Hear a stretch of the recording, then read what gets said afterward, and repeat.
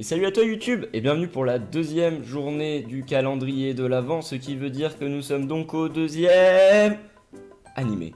Bravo à toi, tu suis. Pour le deuxième animé, j'ai décidé de vous parler d'un animé un peu particulier, je pense que vous en conviendrez, qui est à la base un manga de Takako Shimura qui s'appelle The Wandering Sounds en anglais ou Oromusoko en japonais. Alors pourquoi ce manga est bizarre comme je le dis? Pour faire la petite anecdote, en gros, quand j'ai découvert l'animé, je l'ai regardé pour la première fois, j'avais 13, 14 ans, 15 ans, je sais plus trop. Et je dois vous dire que les thèmes qu'aborde Oromusoko n'étaient pas forcément des thèmes qui, à l'époque, m'interrogeaient beaucoup. Moi, j'étais Jonathan, j'habitais à la campagne, je me posais pas ces questions-là. Après, ça a été une très bonne introduction à ces questions, voir un animé pour aller au-delà. Donc, sans plus attendre, je vais vous parler un petit peu de quoi ça parle. Parler de quoi ça parle.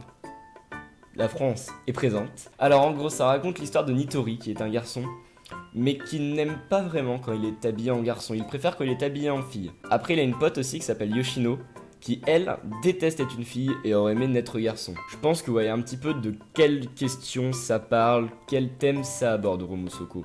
Et bien entendu, ces deux personnages, plus une autre personnage, une autre fille, vont se rencontrer, lier des relations, ça va former un espèce de triangle super bizarre amoureux, où ça va être what the fuck les amis parce qu'ils vont se poser des questions évidemment sur le genre, leur sexualité, ce genre de choses.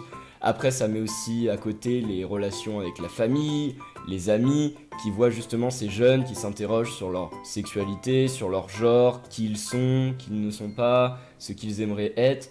Et autant vous dire qu'en plus, comme c'est du point de vue d'enfants assez jeunes, donc 13-14 ans je pense, je sais plus, c'est le 5ème grade au Japon, je sais plus à quoi ça correspond. Bref, du coup comme c'est mis sous l'œil d'enfant, et parfois regardé avec le regard d'adulte et tout, c'est assez dur, assez enfantin, du coup c'est assez cool. Bref, c'est vrai qu'un animé avec comme thème des questions de la communauté LGBT, ce genre de choses, c'est assez casse-gueule. Franchement comme idée, moi maintenant quand j'y pense, je me dis que c'est un projet qui est putain de casse-gueule. Et pourtant, j'ai revu Oromusoko plein de fois, j'ai relu le manga et tout, peu importe les années qui vieillissent, peu importe le temps qui passe, tout ça, je trouve que c'est un manga, un animé, qui a toujours la même justesse en fait. Il l'avait quand il est sorti, il l'a toujours. Les questions que soulève Oromusoko et met en exergue à travers son histoire et ses personnages, c'est des questions qui sont d'autant plus pertinentes à l'heure d'aujourd'hui, où vraiment les questions du genre, tout ça, sont très ancrées dans la société et très ancrées chez les jeunes. Donc c'est pour ça que c'est un animé qui, à mon avis,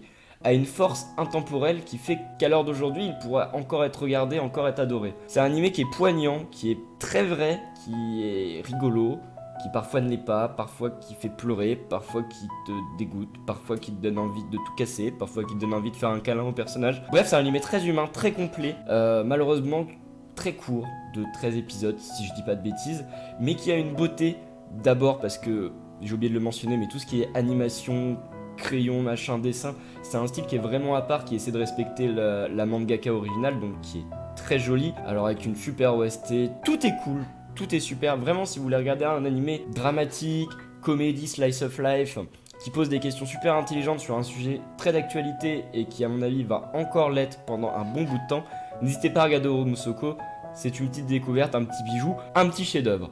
Bref, merci à vous d'avoir suivi cette vidéo, n'hésitez pas comme d'habitude à faire le pouce de l'amour, et on se retrouve demain pour la 3ème vidéo, vu qu'après c'est jusqu'au 24-25 quoi.